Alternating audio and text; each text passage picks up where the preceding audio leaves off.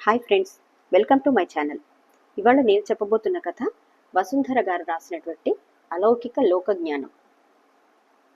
అనగా విశాలపురంలో ఉండే విశ్వనాథ పండితుడి పేరు ప్రతిష్టలు దేశమంతటా వ్యాపించాయి. జగపతి అనేవాడు ఆయన వద్ద శిష్యరికం చేయాలని దూర ప్రాంతం నుంచి విశాలపురం వచ్చాడు. పండితుడు జగపతిని సాదరంగా ఆహ్వానించి, నా పాత శిష్యులందరూ అధ్యయనంలో ఉన్నారు. నీవు కొంతకాలం నాతో పాటే ఉంటూ నా వెంట తిరుగుతూ నేను చెప్పినట్లు వినాలి. ఆ తర్వాత అధ్యయనం ప్రారంభించవచ్చు అన్నాడు. జగపతి అప్పటికి సరేనన్నట్టు తల ఊపి ఆ సాయంత్రం పాత శిష్యుల్లో ఒకరిని కలుసుకుని, విశ్వనాథ పండితుడు మంచివాడనుకున్నాను. కొంతకాలం పాటు నన్ను సేవకుడిలా ఉపయోగించుకునేందుకు చూస్తున్నాడు. గతంలో నీతో కూడా ఇలాగే ప్రవర్తించాడా అని అడిగాడు. పాత శిష్యుడు నవ్వి, ఆయనతో కూడా తిరగడం ఎంతో గొప్ప అదృష్టం. అధ్యయనానికి మించిన లోకజ్ఞానం అప్పుడే అబ్బుతుంది. లోకజ్ఞానం లేని పాండిత్యం వాసన లేని పువ్వు వంటిది. ఒక్కసారి ఆయనతో తిరగడం ప్రారంభిస్తే ఇక అధ్యయనం మీదికి దృష్టి కూడా పోదు అన్నాడు. తనకున్నంత లోకజ్ఞానం ఇంకెవరికీ లేదని జగపతి నమ్మకం. లోకజ్ఞానం కోసమే అయితే గురువుతో తిరగడం వృధా అని వాడికి తోచింది. ఈ విషయం గురువుకు ఎలా చెప్పాలో తెలియక ఆ రాత్రి పడుకోబోయే ముందు విశ్వనాథ పండితుణ్ణి కలుసుకుని, అయ్యా, మా ఊళ్ళో ప్రతి ఒక్కరూ నా లోకజ్ఞానాన్ని మెచ్చుకున్నవారే. నా లోకజ్ఞానానికి పాండిత్యం జతపడాలని మీ వద్దకు వచ్చాను. ఈ విషయం తమరు కాస్త గుర్తుంచుకోగలరు అంటూ నర్మగర్భంగా చెప్పాడు. విశ్వనాథ పండితుడు అప్పటికి నవ్వి ఊరుకున్నాడు. మర్నాడు తెల్లవారుజామునే స్నానాదికాలయ్యాక గురువు జగపతిని పిలిచి, వెళదాం పద. అప్పుడే నిద్రలేచిన ప్రకృతిని కళ్ళారా చూడాలి. అది ఎలా ఉందో రాసుకోవాలి. ఈ విషయాన్ని మహాకవులు ఎలా చెప్పారో పరిశీలించాలి. కవికి భేదం గమనించాలి. వాస్తవానికి కవిత్వానికి తేడా తెలుసుకోవాలి. అదే లోకజ్ఞానం అంటే. పద పోదాం అన్నాడు. జగపతి గురువుకు వినయంగా నమస్కరించి, అయ్యా, అందమైన స్త్రీ ముఖాన్ని కవులు చంద్రబింబంతో పోల్చుతారు. కానీ స్త్రీ ఎంత దగ్గరగా ఉన్నా అందంగానే కనపడుతుంది.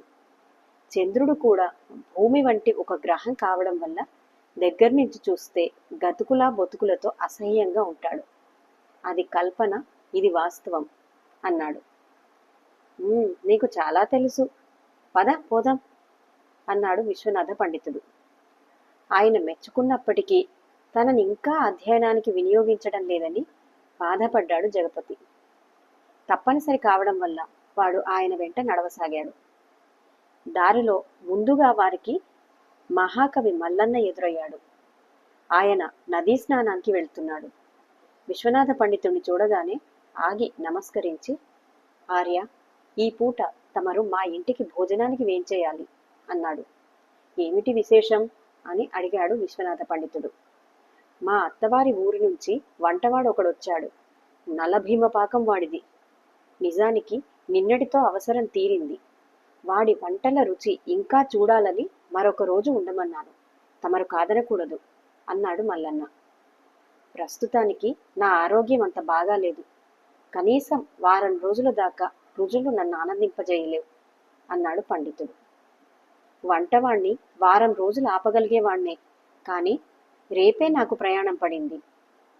నకులపురం నరేంద్రుడికి ఒక కావ్యాన్ని అంకితం ఇవ్వాలి అన్నాడు మహాకవి మల్లన్న. ఆ కావ్యంలో ఎవరో తప్పులెన్నారన్నావు కదా అన్నాడు పండితుడు ప్రశ్నార్థకంగా. అవును, వాటిని ఎలా సవరించుకోవాలో తెలియక తమరి సాయం కోరితే సమయం చాలదంటిరి అన్నాడు మల్లన్న. కావ్యంలో తప్పొప్పులు చూడాలంటే శ్రద్ధగా చదవాలి. అందుకు కనీసం వారం రోజుల వ్యవధి కావాలి.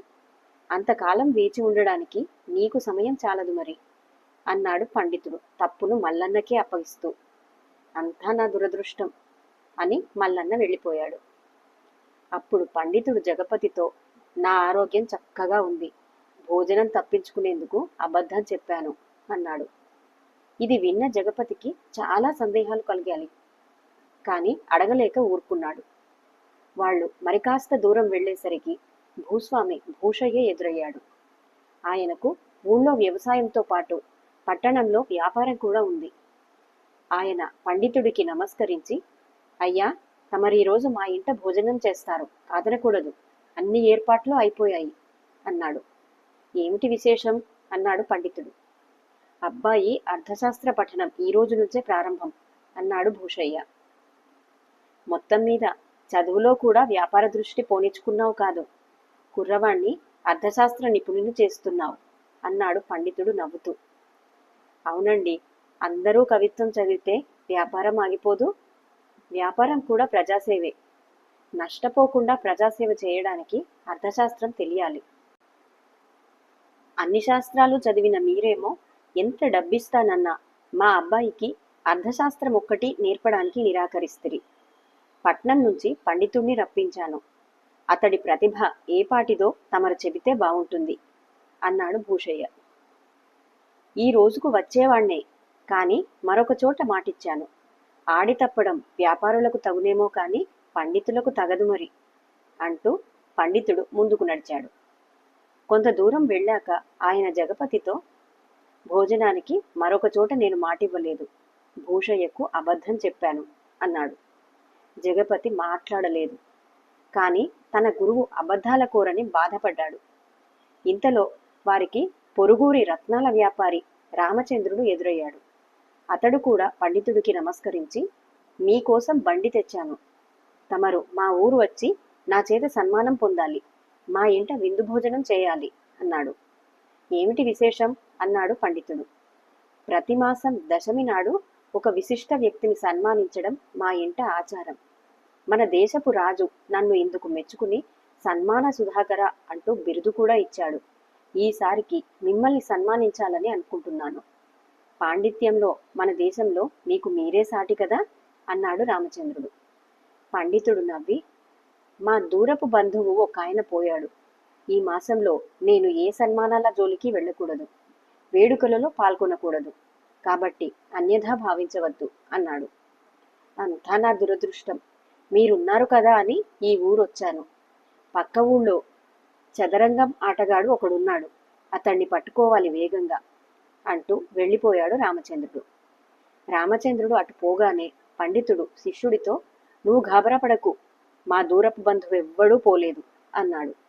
జగపతికి మతిపోయినట్లయింది. అలా నడుస్తూ వాళ్ళు ఒక మామిడి తోపు చేరుకున్నారు. లోపల అడుగుపెట్టబోతుంటే, అయ్యా, నేను తమతో రావచ్చునా అన్న మాటలు వినిపించి ఇద్దరూ వెనక్కి చూశారు. సన్నగా పీలగా ఉన్న నడివయస్కుడొకడు ముతక బట్టలు ధరించి వినయంగా నిలబడి ఉన్నాడు. ఏమిటి ధవళయ్య, ఏమిటి విశేషం అన్నాడు పండితుడు. అయ్యా, నేను పొలం పనులకు పొరుగుళ్ళో గిరాకీగా ఉందని వెళ్ళి నెల రోజులైంది. నిన్ననే తిరిగొచ్చాను. ఈరోజు తమకు మా ఇంట్లో భోజనానికి ఏర్పాటు చేశాను. ఆ విషయం చెబుదామని వచ్చాను. నేను తమ వెంట కొంతసేపు ఇక్కడే ఉంటాను. భోజన సమయానికి మా ఇంటికి తీసుకువెళ్తాను అన్నాడు ధవళయ్య. నీ ఇల్లు నాకు తెలియనిదా? భోజన సమయానికి అలాగే వస్తాను. ఈలోగా పనులేమైనా ఉంటే చూసుకో అన్నాడు పండితుడు అభిమానంగా. అయ్యా, ఒక చిన్న మనవి. నేను ఊరికి వెళ్లే ముందు తమరు చెప్పిన గీతా వ్యాఖ్యానం విన్నాను.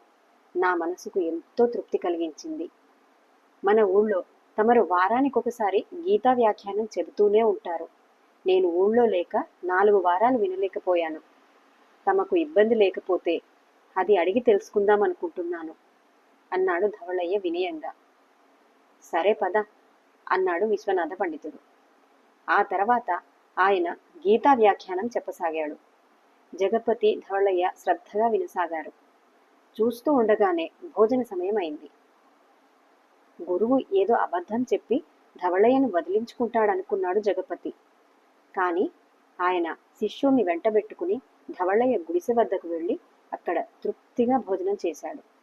అక్కడి నుంచి తిరిగి ఇంటికి వెళుతున్నప్పుడు, నీ లోక జ్ఞానం నా గురించి ఏమనుకుంటుంది అని అడిగాడు విశ్వనాథ పండితుడు జగపతిని. ముందు తటపటాయించిన గురువు ప్రోత్సహించడంతో జగపతి, తమకు లోకజ్ఞానం శూన్యం అనిపిస్తుంది. విందు భోజనాలను సన్మానాలను కాదని ఒక పూరి గుడిసెలో కడుపు నింపుకున్న తమరు లోకజ్ఞానం విషయంలో చాలా నేర్చుకోవాలి అని ధైర్యం చేసి చెప్పాడు. అందుకు విశ్వనాథ పండితుడు ఎంతో శాంతంగా, మల్లన్న తన కావ్యంలోని తప్పులు దిద్దించుకోవాలని, భూషయ్య తన కొడుకు గురువుకు పరీక్ష పెట్టాలని, రామచంద్రుడు సన్మాన సుధాకరుడన్న పేరు నిలబెట్టుకోవాలని నన్ను విందుకు పిలిచారు. ఆయా విషయాల్లో కూడా వారు నా కోసం ప్రయత్నించారే తప్ప నా మీద ఆధారపడలేదు. నేను కాకుంటే మరొకరు అనుకున్నారు. కాయకష్టం చేసుకునే ధవళయ్య విషయం వేరు. అతడు నా పాండిత్యం కోసం నా సాన్నిహిత్యం కోరాడు. అతడు అడిగిన గీతా వ్యాఖ్యానం చెప్పడానికి మించిన విందు భోజనం నాకేముంటుంది? ఆ పూరి గుడిసె చేరుకునే ముందే నా కడుపు నిండిపోయింది. ధవళయ్య వంటి శ్రోతతో మాట్లాడడమే పండితులకు విందు భోజనం. సామాన్యులకు సంబంధించినంత వరకు నీకున్న లోకజ్ఞానం గొప్పదే, కానీ పండితులకుండేది అలౌకిక లోకజ్ఞానం అని గుర్తుంచుకో అన్నాడు. జగపతి ఆయనకు చప్పున సాష్టాంగపడి, గురువర్య, ఇది నాకు మొదటి పాఠం. శిష్యుడిగా తమను సేవించుకుంటూ నేనింకా ఇలాంటివెన్నో పాఠాలు నేర్చుకోవాల్సి ఉంది అన్నాడు. ఆ క్షణం నుంచి వాడికి లోకజ్ఞానం తెలిసిన వాడినన్న అహం నశించింది. కథ కంచికి మనం ఇంటికి. మరిన్ని మంచి కథల కోసం నా ఛానల్ని సబ్స్క్రైబ్ చేసుకోండి. Thank you.